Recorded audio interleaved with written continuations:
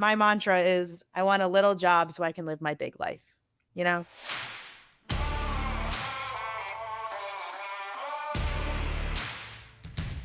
Hey, it's Nick, and welcome to 1000 Rounds, the podcast where I explore the stories of solopreneurs who have made the bet on themselves to build a business that serves their life.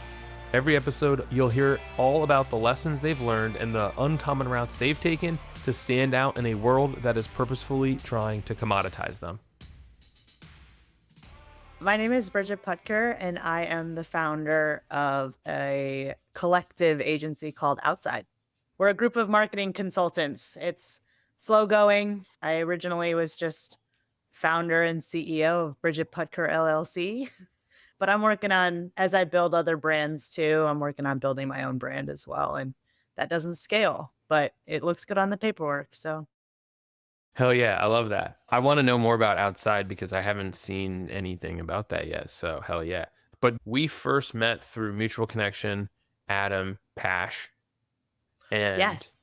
I met him somehow through doing LinkedIn things. And then I hit him up looking to meet other content marketers, and he introduced me to you. We became fast friends. Like we met one time and we were just like, this makes sense. Um, and we've just been connected ever since. And it made sense that you launched your thing 2 months ago. And I was like, this is the perfect, I've been waiting for this moment, really, since Me you told too. me you were doing it. I think this is why people are going solo now, is to get on the show. Oh, okay. Yeah, yeah. I think that's really the major draw of solopreneurship these days, is really just to get on this show. I love it. You can tell by all 50 people who listen to it. Hey, those are the most important 50 people that They we have in are. our circle, man. That is true. I want to understand from you, walk me through the moment where you decided it was time to move on from W-2 life and do this crazy thing called become a business of one. I guess to go back to the beginning of my career a little bit, my first job out of college, I started at an ad agency, like a boutique ad agency. We never scaled over, I think it was like 40 people. Most of our clients were like manufacturing. Like, it's pretty boring, but like very lucrative. And so we were essentially functioning as like the marketing departments for our clients. And I was like, this is interesting. The caveat to that was, 3 years in, first of all, making it 3 years at an agency in and of itself is like a feat. But, I wasn't seeing growth, like because the team was small, like my boss would have had to let leave for me to move up, and he's still there. So to this day, love him. He was a great first boss. Like I was very, very lucky to have him as like my first boss, to understand a little bit about like workplace politics and how like you don't have to like everything, but there's a way to use things to your advantage, and like how to mentally prepare for work, even if it's not being nice to your brain and like things like that. But yeah, I just wasn't seeing growth, like personally, but also like working somewhere for 3 years, like I wasn't making more money. So I actually left there and did freelance for like 6 months because I just needed to leave. And then I was like, okay, now I need a real job because I don't have health insurance. And I just literally lucked into a job at G2 when they were scaling their content team. They were hiring like 30 marketers in Chicago, and somehow I ended up with that job. Amazing team. I was there for a year and a half. So that was like my first dip into tech, which again was also very lucky, of just like a place where really was on the forefront of like the personal branding stuff. Like it wasn't even called that then because it shouldn't be called that. And we used that kind of as a launching pad. I ended up, a bunch of our team got laid off at the beginning of COVID. Did another tech company in Chicago called Big Time for about a year, learned some paid stuff. So I kind of too like moved around functions on the marketing team because my goal was always BCMO. I think was just like, I just want to be the boss, for better or for worse, for better for me, for sure. So I knew that I wanted to learn like all the facets of what a marketing team is. Then I got the opportunity to go work at Postal when they were like up and coming. And then I went to kind of a competitor of them, Loop and Tie. And yeah, I don't know. I've just done about a year and a half at all these different tech companies. Like a year and a half feels like a lot longer than that. It's like dog years at tech companies. It's like a lifetime. Yeah, and I felt like the last couple places, even if I was in a different function, I was building the same thing, which isn't necessarily a bad thing. Like, yeah, if you're on a marketing team at a tech company, you're building a go-to-market function and a go-to-market engine of some kind, whatever channel you're specializing in. But I just kept running into the same issues. And when it gets to the point where your job is less about doing the work and more about convincing people that you should do the work, it's like I'm not moving fast enough for myself. And that's crazy enough to say in a tech company that they're already asking you to do a million things.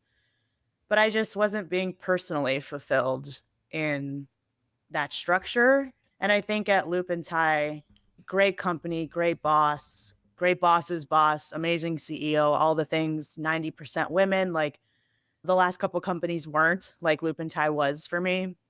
But the market hit us and there were some layoffs, like small team layoffs, but also like pretty severe like pay cuts. And I just couldn't sustain that. So I kind of dipped my toe into like, well, what if I take on some side projects just to make back my salary, what I was making before? And I quickly found that I was not only making more money hourly doing that stuff, but also I enjoyed the work more because I had more freedom and these people are hiring me because they don't know anything about marketing.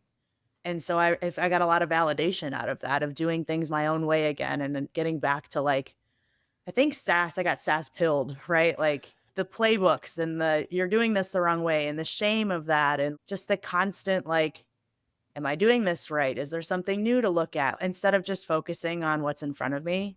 And that's mental. Like I'm still like deprogramming my brain from all of that.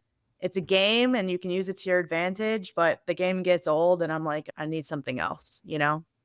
So all this to say it wasn't necessarily my brave decision to take the leap into entrepreneurship and start my own thing, but I also feel like every job, every decision that I'd made up to that point was pointing me towards something. And I'm like, well, if not now, when? Yeah, I feel you, especially on the whole spending a lot of time justifying the work instead of doing the work. And then when you have an opportunity to work with someone else and you run your play the way that you see it in your mind and Mhm. not the way that it gets mangled and diluted through consensus and committee inside of another company, that validation of being like, this works. I knew it worked. And you start to doubt yourself. And I felt that when I was exiting the agency, I was like, I doubted a lot of the stuff that I was doing. And I was like, did this work? Is this wrong? Am I wrong about all the things that I think and believe about the way things should be done? And then you do it for yourself and you do it with other clients, and it delivers that momentum, and that burst of energy that you get from that can carry you along a long, long way. And like you Yeah. said, it deprograms a lot of the stuff that you've been, like you said, it was sass pilled. Yeah. Like you just lose sight of all those things because they really make you doubt that what you know is effective or can work. I think a lot of that kind of mindset and mentality for me came from being like predominantly in MarTech software too. So it's like Inception a little bit. Like we're creating problems for marketers in order to sell our software to them. But are those things really problems or are they symptoms of larger problems that could be solved in other ways? And like, I think to marketing specifically, like you can't all run the same playbook. Every channel is going to be crowded in the same way with the same types of things. I'll never forget the company that I was working at in COVID. Of course, the messaging, everybody changed the homepage H1 to ROI focused. I'm like, but every company is going to do that. I understand the logic. You're not wrong for that, but we need to find a different way to say it or what our version of that is so that it doesn't just get lost with everything else. And with marketing and the way that I really think about it and with my advertising like background, solving the problems and the unique issues a unique way is what makes you stand out. It's not, are you new in a channel? It's like, what's our point of view on this? What flag are we going to plant in the ground instead of, we don't want to piss anybody off. So we're not actually going to message to any specific person. We're going to try to message to everyone. And it's like, it doesn't move the needle forward. You're just kind of going in circles. Yeah, and I think the Chris Walkerification of tech marketing, like, I think what he did is brilliant, and I love his point of view and his content, but that is permeated so deeply across the tech world that it's just like all these like little clones. Yeah. Like you said, this is everyone's just kind of running the same playbook at this point, and they're all trying to say they'll make ROI in these uncertain times. Well, what that does, I think, too, is it crowds your market even further because if your category only has 5 people in it and you're saying the same kinds of messages, like you're competing with everybody on LinkedIn. It's not just your specific vertical, it's everyone that has something to say about marketing is what you're competing with. And I think that that's really difficult. It creates another uphill battle. It's a steeper hill now. I think that a lot of people get lost in the we have to be everywhere all at once and do everything. And it's like, but what if all of our customers came from one channel and we really knocked that out of the park and then we like went to the next one after that one's like already really working for us. It's we'll make the team work together. I think that's another thing that I really struggled with an in-house role was we weren't working together. And I don't know if that's a symptom of working remote and everybody has their own responsibilities and small teams and all that, but you can still like pull campaigns together and everybody runs the same direction versus like we're just running a completely opposite direction than our demand gen person. And like if content and demand gen aren't together, what are we doing?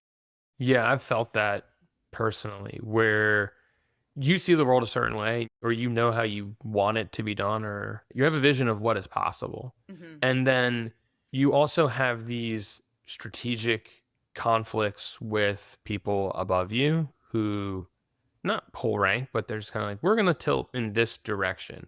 And then you have this divide. And I think this was one of the reasons why I never applied for a job after I left this agency, which was how am I supposed to show up to another company? First of all, compete against 2,000 other people for some director or VP level role in marketing, but also try to convince them that I know something about marketing that they don't, or that convince their leadership that my way of doing things is more effective, or do marketing the way someone else wants it to be done. And it's like you feel like you're being split in half. So there's too much. Well, and in my experience, the last 2 jobs I was at a director level, and so I was reporting into a CMO and then this CEO, right? And like I was in meetings with the CEO. We were talking directly to each other and sometimes it was great and it just depended on if you got them in a good mood or not. Like did they see a podcast and think we need to start a podcast now? Like it's ridiculous, honestly. But it's just it takes you off track, and it's like, "You asked me to present my H2 strategy. We're sticking to it." I even had a slide like, "This is what we're not doing," so that you can't come back to me and say, "Why aren't we doing this?" Because you signed off on us not doing this so that we could focus on these other things. If you're not gonna give me a team of 5 people, then we can't be in every channel. It's not gonna be effective. Like, even deeper with the workplace politics, and I struggled with this because I know that I it comes off like ego, and not to say that I don't have one because I think everybody does, but I struggled with people that had never been in the position or done the things that I've done telling me how to do my job. And it's inevitable because CEO gets money from VC. VC says we need to see 3x on this in a year. Don't sign that, first of all. Like, it's so sad that like that's what it's come to. But then it's like just trickle down effect. And I had a CEO, CMO that really their background was mostly in demand gen. So when I was hired, they were like, this is amazing. Like, I don't know much about your thing. So we want you, like, we pulled you from this place to run the thing that you were running because we liked it. And then within a couple months, it was like, well, Bridget, can we do this? Well, Bridget, can we do that? Well, can we do this? Can we do this? And I'm like, yes, but I'm only happy to support your programs if you're also going to give me at least a little bit of avenue to still do the things that I know are going to hit the goals that you asked me to. You're still going to hold me to those goals at the end of the quarter, but you're asking me to do all these other things. And then it turns into 10, 12-hour days. And I'm like, what am I doing? I don't have the boundaries like that. I care too much. I think that's the thing too. In marketing, everybody's like passionate. Nobody goes into marketing in college to be like, I love numbers and doing analytics. Like, we're all like, I love the idea of an open ended question that I get to have a creative answer to. And that's the magic that can't be replicated by automation or AI. So it's like, I picked this job to be passionate about it. Why would you take that away from me? That sums up so perfectly the way that I think a lot of marketers feel about doing this work. It's like disillusionment now. We're all a little disillusioned. You're not allowed to feel that way. Like, you're not allowed to have open-ended questions almost. You're not allowed to not have the answers. A theme that I've kind of picked up just doing this show is the people who build the things that are really interesting and the things that have like the deepest roots are built with almost not no plan, but very little structure. Right. I had Chris Marr on recently, and he said this, and it summed it up so well. He was like, if you asked me where I was going with this thing, I would tell you I'm going to the end of the week with it. The thing that he was referring to was what became a book, a coaching service, a full business, a podcast, an entire newsletter, and all these things and courses and stuff that he's building. And what is crazy is that you're not allowed to build that way inside of a company because it feels risky. So you try to plan everything to death. And then when you do that, you end up building something that's like very meh Yeah. that no one really cares about. Or you end up trying to build things. This was something that came up a lot when I was in house, and I noticed it. You notice it in other companies. They'll say we need to start YouTube, and then they make someone do YouTube who doesn't watch YouTube, or they make someone do a podcast who doesn't listen to podcasts. And it's like, are like, go post on LinkedIn. It's like, well, have you ever been on LinkedIn? Have you ever scrolled LinkedIn or commented on something? Yeah, no, I think that that's so true as well. Like we've lost the like art of it. And I think for me personally, like it gets down to that, okay, we make a plan and then we're confined to that plan, which is fine. Like I love to cross things off a list. But then the list just gets longer because there are going to be things that aren't on the plan that need to get done. But also back to like what Chris said, like if you do something with an outcome in mind, then your possibility is only the outcome.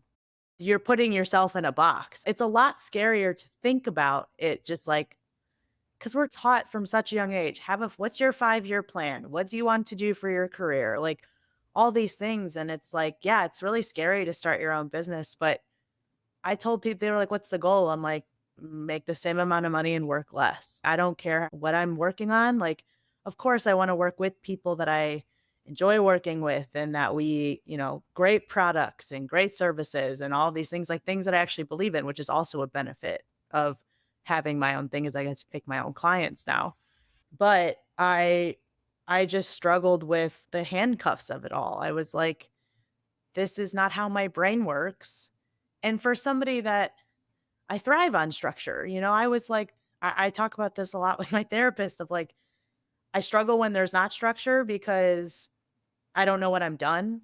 And you could be at a company where you have this huge launch and it's a great success, but your boss isn't affirming you because the next thing on the list is 3 weeks behind schedule. And it's like, what's the point? If we're not celebrating the things that we're doing well, then our team culture is just churn, churn, churn, and go, go, go. And I'm just not, I don't want to live my life like that. Let's fast forward a little bit. So you go out on your own. Sure, there was a moment when you did this when you were second guessing yourself. And so, what kind of things were you questioning? How'd you work through those things? Yeah, like I'm a single girl. I live by myself and my parents are not bankrolling me. So the first thing was like, how do I basically make a director level salary, mid six figures? Doing the math of breaking that down and saying, this is what I have to make before taxes every month. Okay, this is how many clients I need to do that. But also part of it is just winging it. And I really have enjoyed the winging it part of it. Like, I don't know how to describe it, but I feel like I'm driving the car again and like I get to decide where it goes or when I want to take a break or whatever.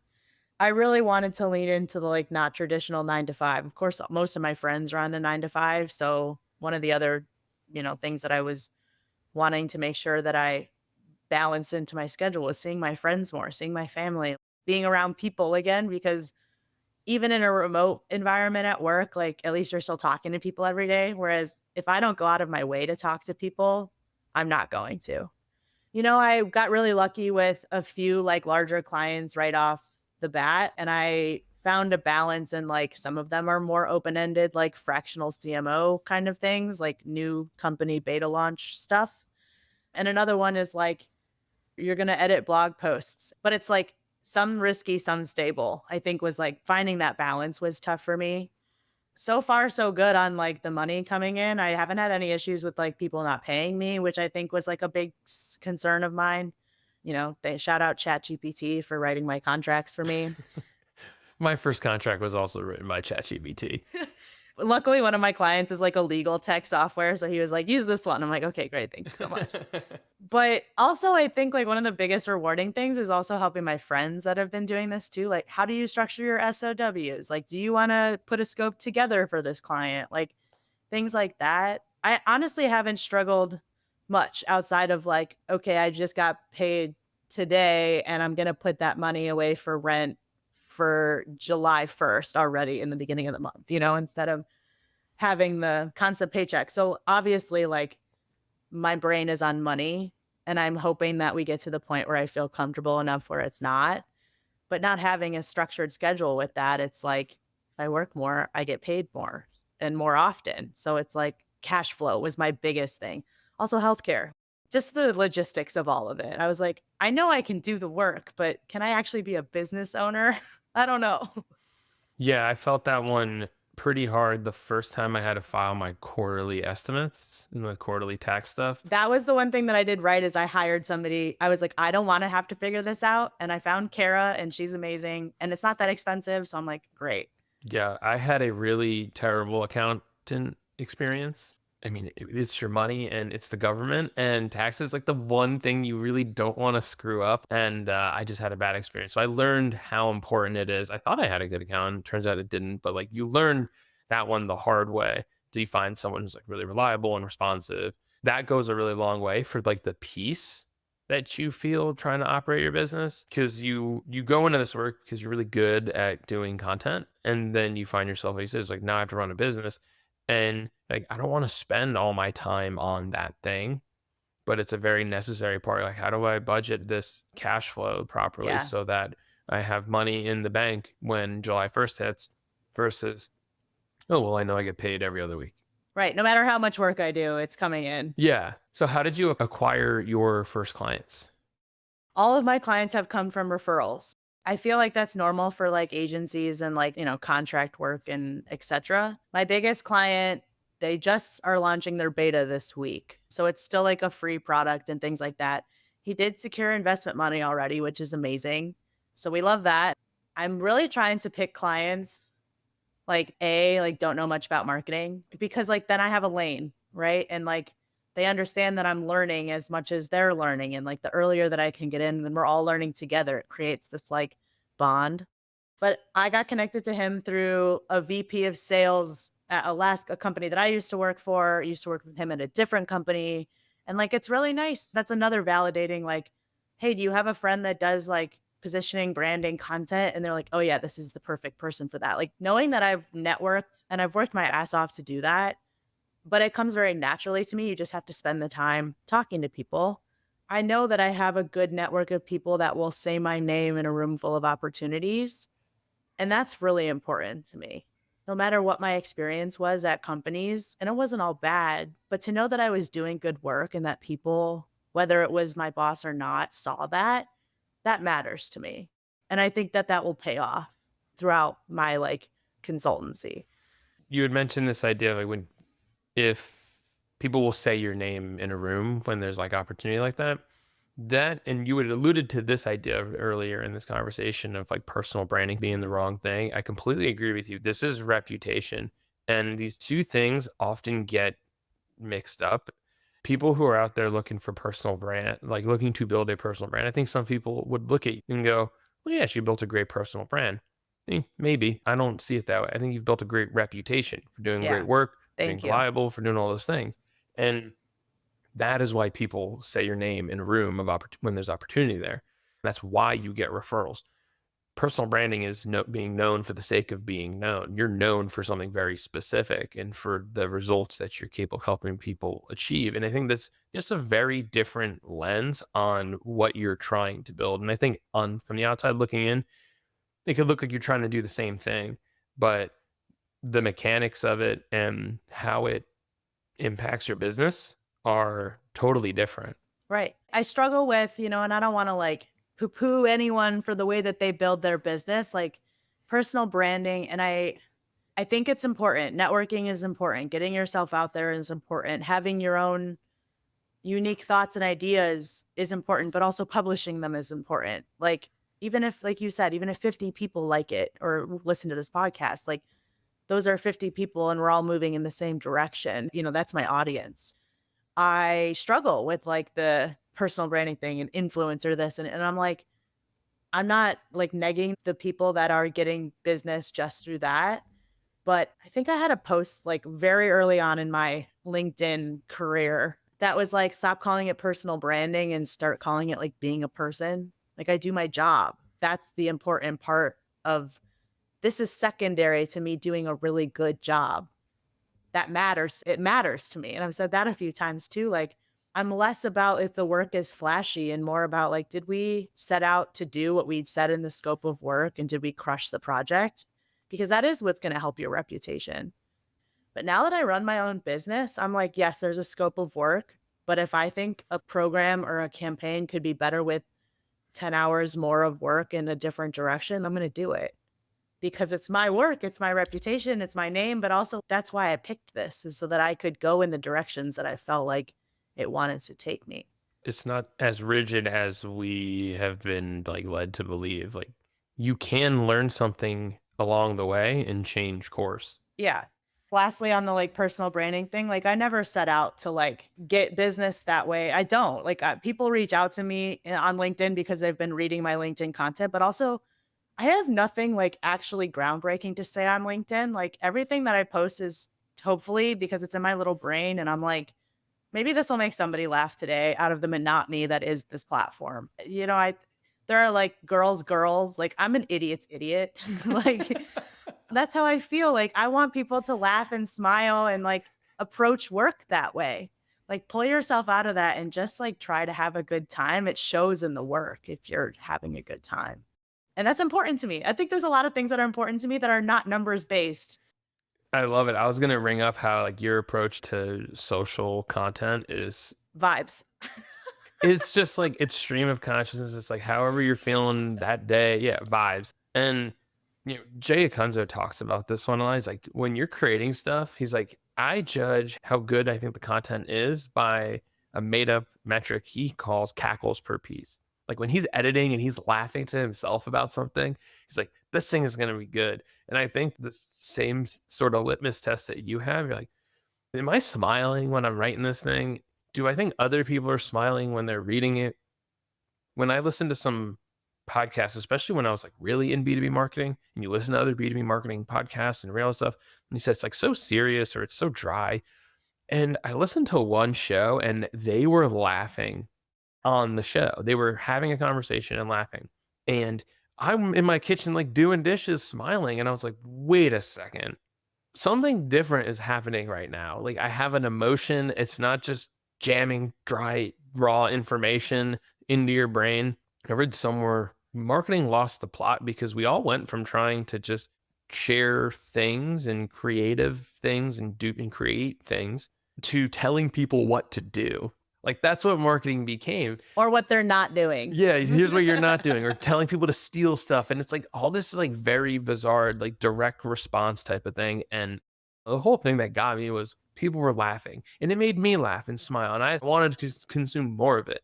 And it also happened to be decent information for my brain and for my career and job and all the stuff I was trying to do. And that's the kind of thing that I was like, when I make a show someday, this was a couple years ago, when I make a show, that's the kind of thing that I want. That's the kind of vibe and the feeling because it doesn't have to be as like raw information. Do this, don't do that, steal this. Like you're doing it wrong. All that stuff is just, I don't know. I think we've lost the plot along the way. And to tether all this together, to go on your own, to be able to run that your strategy and do the things the way that you see it should be done or the way that you believe it can be, and to see that work is just lights me up. And I think it seems like it's really lighting you back up too. Yeah. Like I feel lighter. And I think a lot of that too, like, is being on my own schedule. I really do like if I can't lean into work when I am feeling like really energized by it, and there's days that I don't feel like that. Like yesterday my family was in town and we went and did the architecture boat tour and I wasn't supposed to go, but I'm like, I'm going to go do that because I can. But yeah, it leaves me working on sometimes on a Saturday afternoon. But also I did that to myself and I picked that and I don't care. It almost feels like a cheat code now where I'm like gaming the whole system, but I also just love that. Yeah, it took me a bit to get through that same thing. Like in the early days, for me, I think I needed that structure to help convince myself that I was doing it.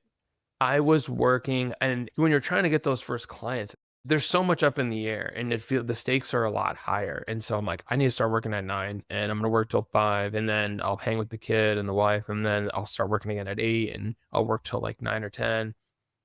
And it kind of went on this way for a little bit. And now it's just like you log on when you log on, and you take breaks when you take breaks, and you log off when you log off. And that level of rigidity is not necessary because you're not building a prison. Like you're building a business. You get to do whatever you want. That's kind of the point here, If I wanted to be miserable, I'd have a real job. without a doubt. What's the most frustrating part about going solo for you? I will say there are definitely clients that I love working on, and it's not even the client specifically. Some of the work is just like monotonous. But again, like I structured it that way so that I wasn't overwhelmed with all the open-ended questions all the time. I think a lot of it is just it's time boxing and, telling myself do the hard stuff at the beginning of the week so that it's not hanging over your head the whole time. But also just being nicer to myself is hard. Like not shaming myself. I'm so used to the last 3 jobs that I've had, like when you finish the list, there's more. Like you're never done. And so now I've just like, okay, I have a list of 10 things for the whole week. I get to pick and choose what I want to work on, when I want to work on it, how I'm feeling. So that's been the most like frustrating is more of just like the internal like stuff. Also just the paperwork in general sucks. I hate it. But I tell myself if I want to get paid, you have to do the paperwork. So just trying to like find the right tools that like work for me and that kind of stuff. And I've got it pretty streamlined now. So there's a few like big proposals that I put out too that you just get ghosted. And I'm like, okay, that can be frustrating. I think signing with the client and then them saying, "Can we actually do a trial?" And that's like, "Okay, cool." And then like actually I find out that I don't enjoy the work or working with the person as much as I thought it was going to be. And then we kind of like split ways and then they're like in my DMs about it and I'm like, "Hey, like I just didn't think that this was a good working relationship for us." So it's frustrating from a like I don't really know what I'm doing side of things. But it's also liberating, like, there's nobody that has the answers, so nobody's telling me that I'm doing it wrong either. Yeah, there's this idea that you're supposed to only work with perfect fit clients. Mhm. And there's only one way to figure out who a good fit client is, or to figure out how to figure out. It's to take on a bunch of clients that don't work out. Yeah, not feeling like that's a failure, I think too. No, it's more so a badge of honor than anything.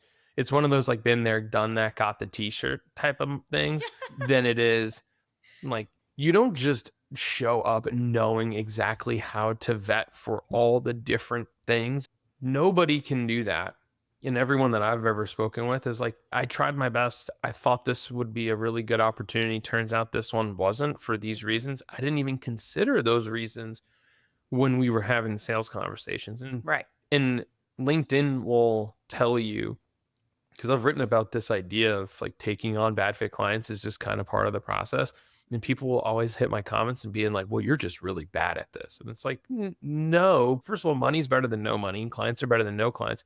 People need to take on clients because they need to earn a living. But also, how else are you going to figure out how to figure out what a good client is or isn't?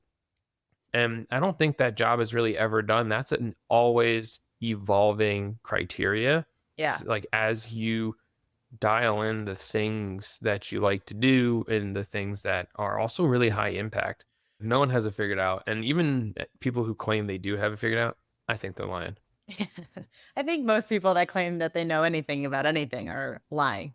I think this is back to the personal brand like mirage, which is people build this stuff and they try to win in public to show that they take pictures at the pool with their MacBook.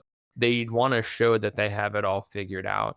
And I think that it's okay to not have it all figured out. And it's definitely okay to let people know that. Yeah. The way that my like stream of conscious like posting is like that's similar to how I would show up at work. Like I know that I am maybe too casual, maybe too candid, but that's the most authentic version of me. And it's worked out really well for me, even in companies, because it's like an injection of like good vibes because I'm excited. I'm excited to do the work. I'm excited about what we're working on. And especially working in marketing, like you lead the charge on a lot of stuff and like get the company hyped to go post on LinkedIn and to do these things. And you have to lead by example, which I love. But when things are bad and I go quiet, they're like, well, you're not like showing up the same way. And I'm like, well, I don't feel safe or I don't feel like my work is being appreciated or whatever it is. It's just you love my authenticity, but then you really don't want it when it's not going well. Yeah, when it's not like all sunshine and rainbows authenticity, Right.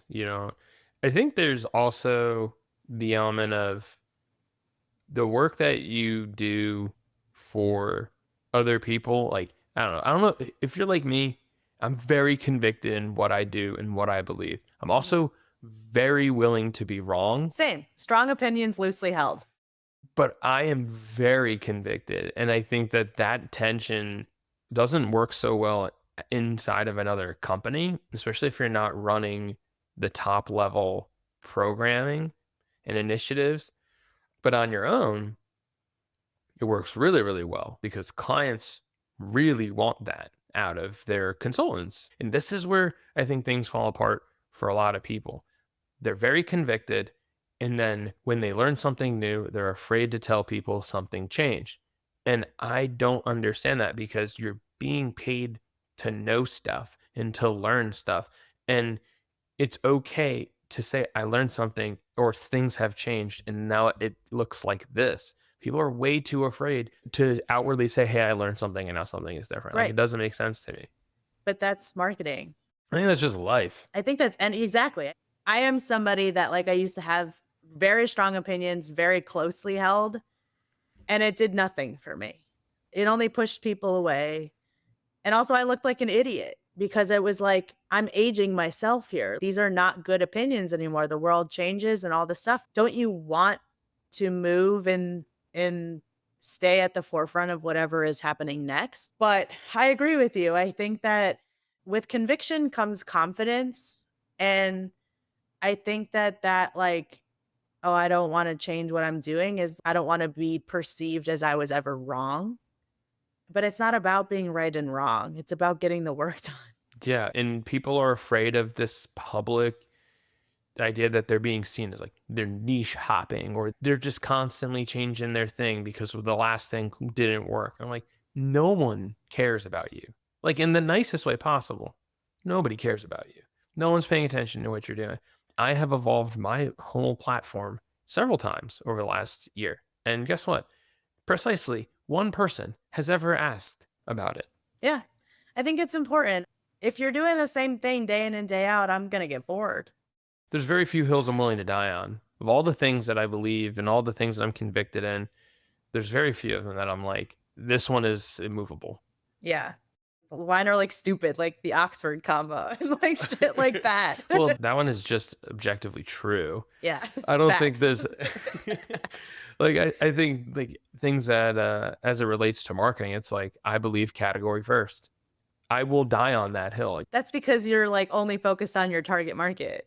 Like, what's the point of marketing to everybody else? I think people like want to focus on other things, but that's like one of the very few pillars of the way that I try to market. Another one is I don't go to market, I condition the market. I think that's a hill I'm willing to die on is that it's not about going out and trying to find the market. It's you condition them around the problem as you see it in the world and the way it is. Like it's like very few things. So I want to get back to some of the stuff that you're building. So you Yeah. have your kind of main, like the you thing, you're doing your one-to-one stuff, but you had mentioned you're building this collective. Tell me about that and kind of Yeah.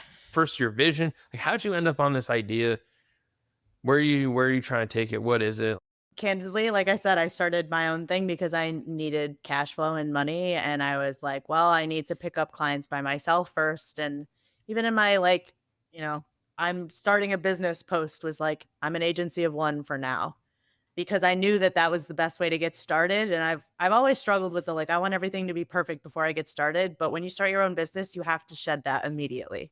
Even my like, I started a LinkedIn page for bridgetpoetker.com just so it looks good on my LinkedIn thing and people go there, but it literally says like building your brand now and my brand later. It says made you look. I went to it this morning and she got me. I'm an idiot. It's great though, because it's like, maybe you click on the website after that. I I don't know. did. Exactly. But I'm really bullish on this. Like, I've got one client now that I am doing more fractional CMO stuff, and I'm really getting him to buy into my campaign kind of thinking of like, let's put product and marketing next to each other. Whatever product's working on, marketing will create a story and a campaign for that. We'll do them, and product has 3 months on this launch. We're going to launch a story for 3 months. Whenever product's working on the next thing, then we'll launch the next thing. But like, to your point, conditioning the market instead of going to market, instead of product launches being feature based, it's going to be story based. And we worked with these lawyers to come up with this prior to the product, and we worked with whatever.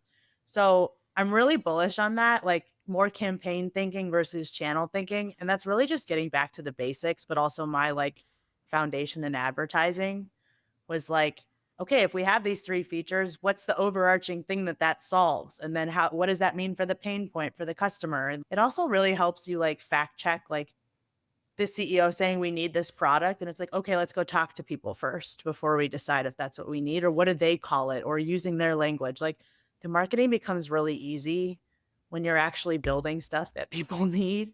Crazy how that works. Yeah, I know, just shocker. But I know that like I'm really good in the channels of like copywriting and website specifically is really where I want to spend most of my time, like building landing pages and conversion copy and stuff like that.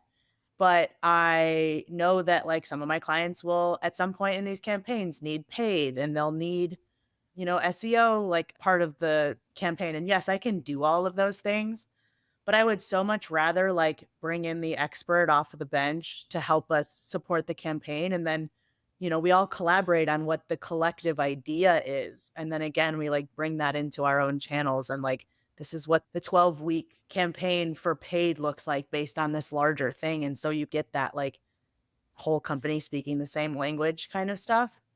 But also, I think it's selfishly a way for me to work with my friends. So many of my friends now are working on this, like doing stuff on the side or have full time jumped into this stuff as well.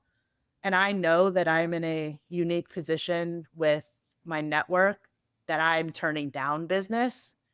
And that's amazing. 3 months into business, like I never thought like I would have a semblance of a wait list.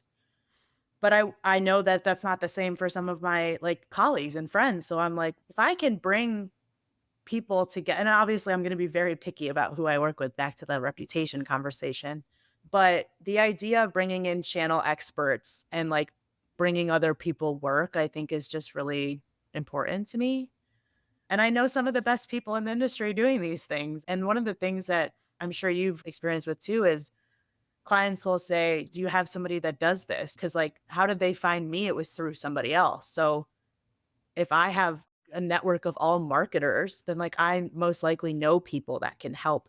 So I don't know. To similar to I don't have a end goal outside of like I want to build more of an ecosystem of creatives because I just don't think that that really exists right now.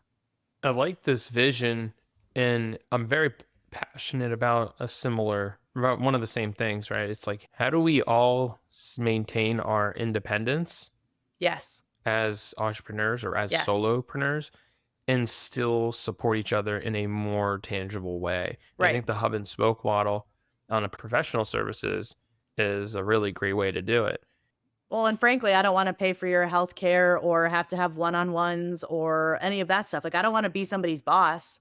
Totally. And I think this is so desirable for businesses because they don't have to pay for most of the overhead. Correct. And entrepreneurs are, or oftentimes, much more ambitious and driven than a W 2 employee will be. So if you could have an entire team of entrepreneurs as your marketing team instead of W 2 who feel the sense of security, like entrepreneurs know that if they don't hustle, they don't eat. I think there's a lot to be said for that. And I like the mission that is like rising tide lifts all boats. Right. When I eat, you eat. And it makes your work more effective. Like your clients see more success if you can tap into the people within your network to help do these things. And it's like you being this in this model, right? The hub that you have opportunities. And I'm sure they will soon run in both directions that everyone can utilize everyone else's resources or capabilities. Yep. So what are you calling this thing? Right now, the working title is outside collective. I wanna stay away from the word agency just because, I don't know, I'm maybe allergic. I think a lot of the market is allergic to the word agency. Eh I definitely agree. I mean, it might be rightfully earned. Right. I think collective kind of gets across the idea that, like, I'm not in charge too, like, maybe I bring in a good chunk of the like you said in the beginning, but that's not always gonna be the case. Like, the point is that we all bring food to the table. But eventually too, like, way down the line because cash flow and all of those things, like, I'd love to have an office space in Chicago for people to come and hang out and do like, even if it's 4 desks, like, how often are people going to the office anyway? They're not. But I would like to be able to sit next to my friends even if we're not working on the same things. Even my friends that have full-time jobs that are remote, come hang out, let's go get a coffee, whatever. That's definitely not a fully formed idea, but I think the start of it is there, and everybody that I've talked to that is an entrepreneur, they never say no to a business opportunity. I think that's the best part too is like, "We'll see how it goes. If it's not for me, then whatever." I have a similar mindset just in a slightly different direction. Like what I have this vision for this idea of like a lot of people build in a really linear fashion. It's like there's one to one private services, private consulting, private whatever. There's one to many. There's like the cohort style or the group style services that people offer. Then there's asynchronous or self-paced. There's courses, right? It's like pretty standard stuff. Then there's community in there, membership and all that stuff. It's like, but largely it's very binary. It's like these are the options. Yeah. And I had this idea for this, what I am calling hybrid services. And it's this idea of like some to some. And it's this collective idea basically where it's like, how can I partner up with other solopreneurs to combine our skill sets in a way that there's very little overlap? They're very complementary. And it's not like we're going to have 10 people in one space. It's like we all have our pocket and we contribute to the greater intellectual property, like the greater core offering. And then there's some sort of asynchronous or group coaching or small group coaching that's like people can have access. I haven't worked out all the kinks, but I think what you're saying, it's a similar idea in that how can we all contribute to help each other succeed, but still maintain our independence? It's more advantageous to my clients. It's a plus. It's like I have a bench of people that if we do wanna expand on, because again, like, I'm really focused on, like, more marketing strategy, initial messaging and positioning, rebrand stuff, whatever. You know what I need for that? A designer. Can I do it myself? Sure. Is it gonna look a million times better if somebody else does it and it's gonna be way faster? Absolutely. And I think clients are open to that, and especially the idea of this à la carte, like, you don't need a blogging person full time, but if we can have them for a month and they write content for 3 months, like, it's just advantageous to them too. Yeah, I am highly inspired by the Spark Toro model of business, which is they're just like pay for the month when you need it, and maybe you need for a few months, and then don't, and just kind of just come and go as you please. And I want to bring that to services, not to make services more transactionable, but to make it more accessible. Services don't have to be so mysterious. You shouldn't have to get on a sales call to know what you're going to get. You shouldn't have to go through this like intense sales process or make these really long commitments. Like You should be able to come and go as you please. And I think that was even some of the problems that I've faced in my own business. Those are problems that I've faced interfacing with other consultants. So I'm really trying to solve for some of these problems that I've experienced myself. And I think you're doing the same thing for tech companies. Yeah. And it's funny because, like, as you were talking, it popped into my head, like, the meetings, the discovery calls, and people somebody's asked me, like, "How do you take these first calls with clients?" I'm like, I want them to speak. If I'm talking, it's wrong. Like, what do you need? Then I build the services that I think will help solve the outcomes that you're trying to get to. But I know within 5 to 10 minutes if we're gonna be a good match because it is a mindset thing. It's like, I'm not gonna say, "We're gonna start this call and the deliverables are gonna be 30 blog posts." Like, I got on with a fairly large tech company, and some of my friends work with them and they love working with them, but my call didn't go well with them. Looking at their website, they're like, "Well, what would you do?" I'm like, "Well, I don't have the analytics information. It would be silly of me to say what I would do without actually getting into it." "Well, did you prepare for this call?" I'm like, "Of course I did, but I need more information directly from you of what you've done, what you haven't done, what you think we need to be doing so that we can try to layer our thoughts next to it." Because, like, I am really collaborative too. Like, I want to work with you. I want to fill the gaps that you feel like you have so that we can move the boat forward.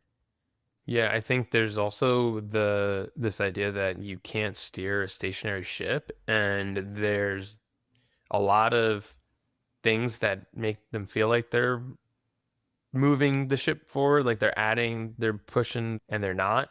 And I think that this is also a huge component of it. Like, did you even prepare? It's like looks different.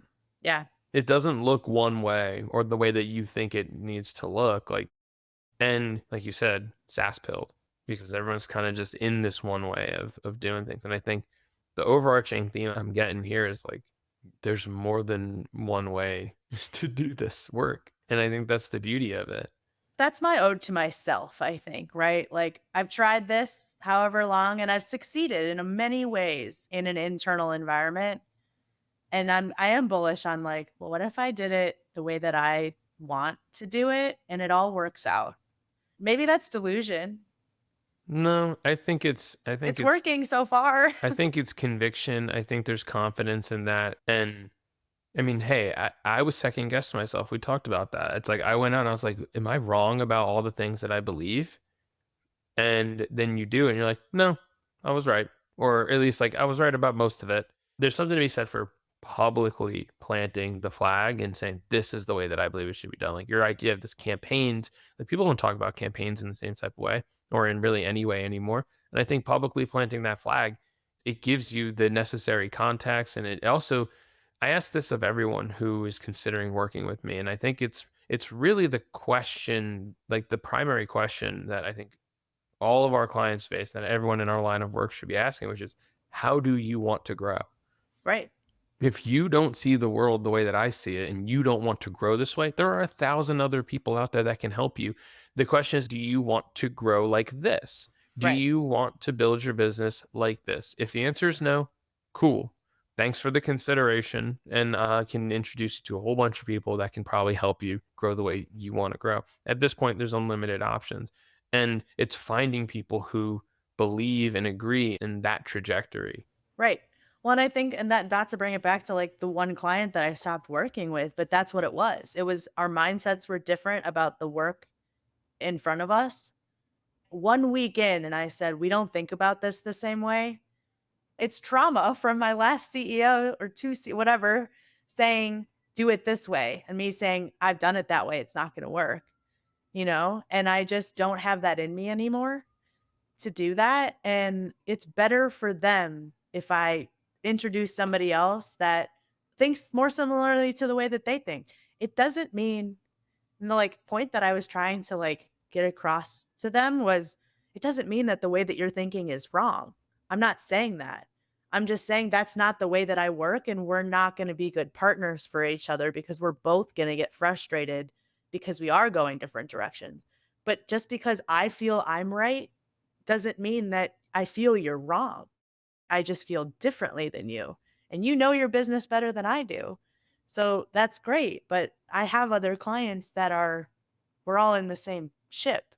Adam Goya had a post a couple weeks ago that was the typical like, what got you here won't get you there. Yeah. I think that understanding and perspective, and again, like most of my tenure at companies has been about a year and a half. So I'm only seeing them in one growth phase, but there are multiple growth phases. It's like, okay, we've completely saturated this part of the growth. Where else can we go to find the next layer of growth? And I think that there are different ways to do that and different ways to go about it. And I think you have to be open to that. It's like a perspective thing. It's like, okay, what's next? Like, how do we stay open to that and not block our blessings too? It's interesting. I haven't really thought about it this way very much, but you have seen inside of certain growth phases for these companies, and you've seen inside of several companies. And I'm just thinking about how you said you acquired your clients, which was all through referrals. My client base was built all through inbound, like LinkedIn inbound, almost 100%. I didn't have the ability, or I didn't create the ability for myself to generate referrals because I didn't really apply force to my network in the same way, really at all. And when just as this relates to growth phases, like people who are really new, they want to grow through inbound, and you can't. If you haven't built that layer, growing through inbound is going to feel really impossible and tiring and frustrating. I mean, it's not that it's impossible to do in life. You have a time frame in which you need to start making money. And if you can't pull that off, you're going to be really, really frustrated. And so I think just understanding those growth phases of like, well, where are you at in the whole thing? Do you have a network and a tradable contacts list that you could go out and introduce and be helpful in a way that they're also willing to introduce you? Like, do you have this reputation? Are you that public? All those good things. So there's a lot of mechanics. There's a lot of mechanics there that I haven't thought through, but this is very revealing in that I think there's more to it than just I only want to grow through inbound. I think it's like everyone's like golden goose, go North Star, like let's go inbound. I think when I say referrals, I don't mean like, the 10 people that I reached out to while I had a full-time job still, those are not my clients. It's people that know of them. Right. It was me saying, "Hey, I'm trying to take on some work. You've seen what I can do. Do you know anybody that's in need of marketing?" And just knowing that you're open for that, like, even if they don't know somebody then, of course, I did the, like, most of the people that I reached out to were C-suite because 'cause they're very connected. They all talk to each other, they're all in these CMO groups, whatever, You went out and asked for what you wanted. or just said, "I'm available." And you can't keep it a secret. This is the big thing. People are afraid to ask for what they want and or just make it known that they're doing business. I think that inbound works. If you build it, they will come, but the caveat is you have to build it first before they come there. And I was like, I don't have time to build it. I will. And I think again, I just go back to this like I'm going on feeling. What feels organic to me right now. Guess what? I'm really good at community and organic marketing as well. So at some point I am going to get that inbound engine going, but I also don't have the capacity yet before this like I set up this collective like if I was spending all my time on sales calls, I wouldn't be getting paid as much as I am right now. I think that you do have a bigger inbound engine than you're willing to give yourself credit for. I think if you asked, you would be shocked by what you can receive on that front. Looking back, what is something that you would have done differently? Personally, and I know that this is a Bridget problem, but I think that as I spout my mouth out more and more on LinkedIn, like there are more and more people that are feeling similar to the way that I feel. I'm very emotional in everything that I spend my time on.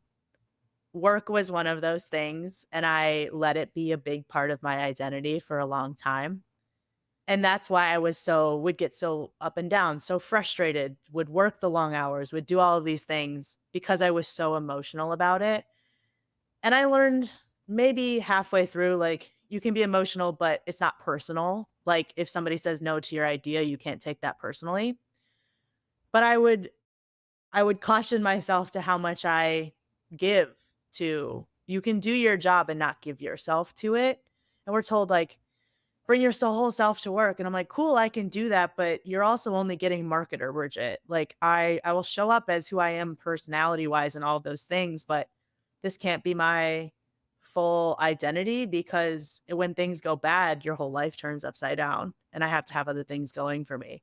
And I keep saying to my friends, I'm like, it's weird that I feel the least connected to work while I'm running my own business, but that's amazing. Like that shedding that layer has been incredible for me, and it's very scary because I'm losing part of my identity and the constant like this is great or like the Slack, like all the emojis and like all the like dopamine that you get from that. But that means that I'm getting that dopamine. I have to go seek it out in other ways in my life. And that is what I want. I want the balance. That's what I want to bring me dopamine. The work, it's great if it gives me all of that like same feeling, but work is for money. Work to live, not live to work.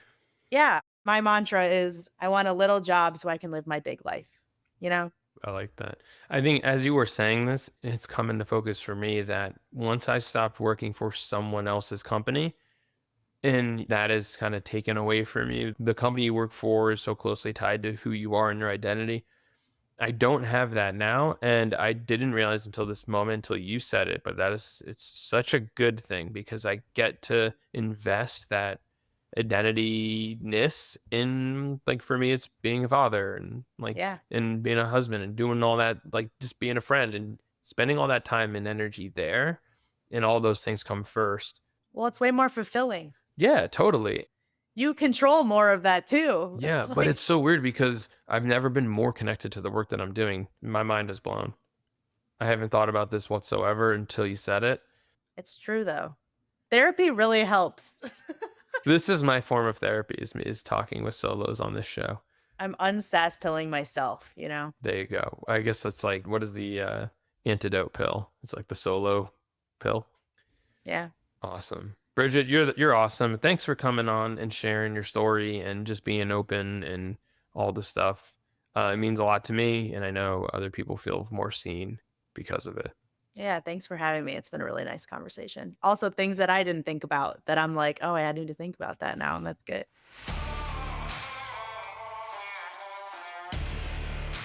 Hey, Nick again, and thanks for listening. If you've enjoyed this episode, you can sign up for the 1000 Routes newsletter, where I process the insights and stories you hear on this show into frameworks and lessons to help you build a new and different future for your own business. You can sign up at 1000routes.com or check the link in the show notes.